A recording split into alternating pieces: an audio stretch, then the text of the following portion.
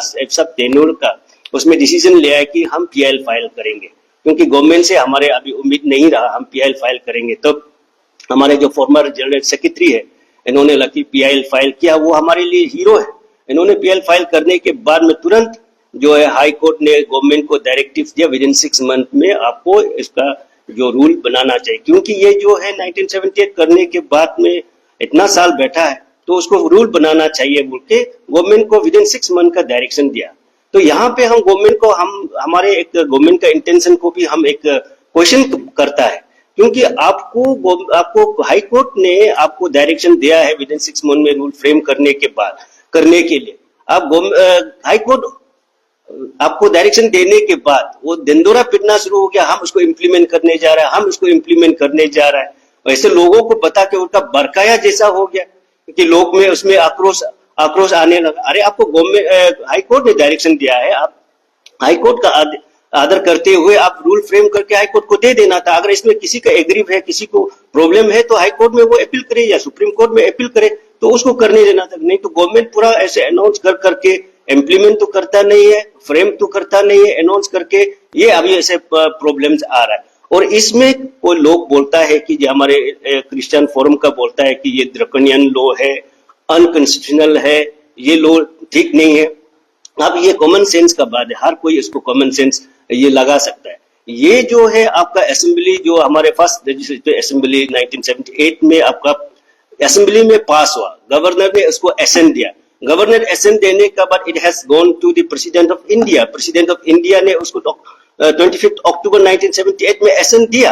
अगर ये अनकॉन्स्टिट्यूशनल होता, ड्रैकोनियन लॉ होता, तो क्या ये हमारे प्रेसिडेंट उसको एसेंट देता, गवर्नर उसको एसेंट देता? Are you questioning the wisdom of the president? Are you questioning the wisdom of the governor? तो वहां से ऐसे करके इतना प्रोसेस गुजर के आने के बाद now how one can question कि उसको डाउट कर सकता है ये ड्रैकोनियन लॉ है, ये अनकॉन्स्टिट्यूशनल है। वहां से पूरा होने के बाद में ये आए।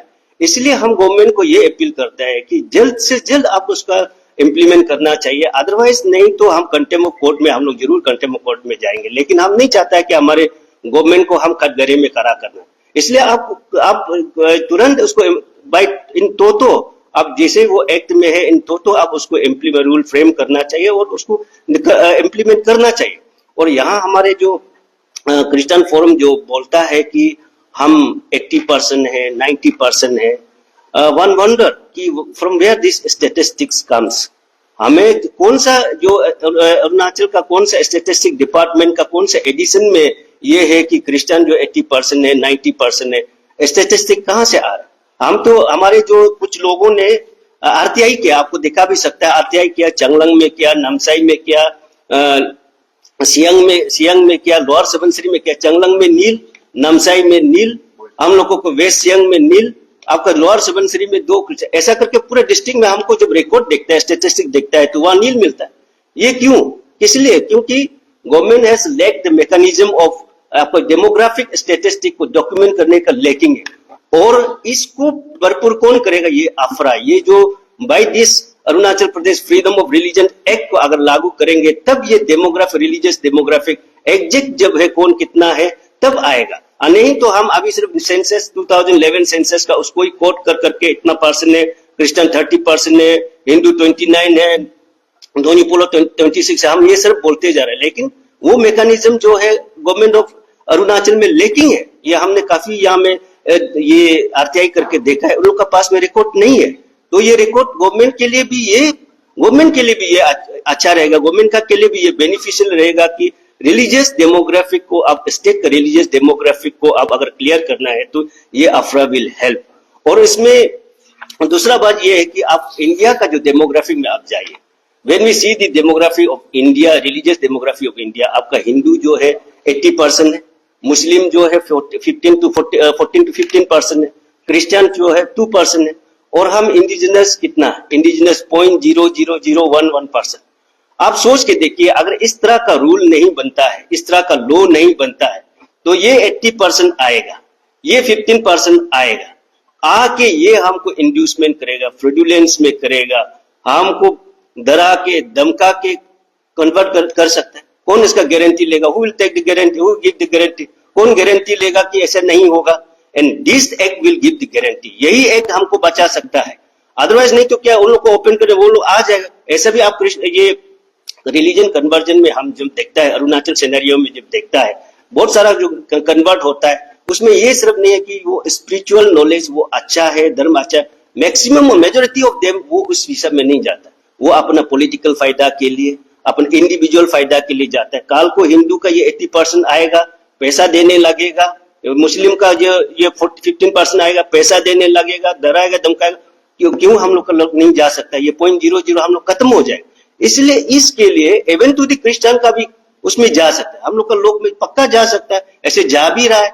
इसलिए इसको रुकाने के लिए ये Arunachal Pradesh freedom religion act यही एक एप्रोप्रिएट एक्ट है। नहीं तो हम लोग only we are giving offering the lip service, बचाना है बचाना है, कैसे करके बचाना है? There has to be some law, there has to be some act कि उसको बचाने के लिए। तो ये अफरा एकदम सही जो एक्ट है कि जिसको बचा सके, इसलिए उसको कोई ऑब्जेक्शन नहीं करना है।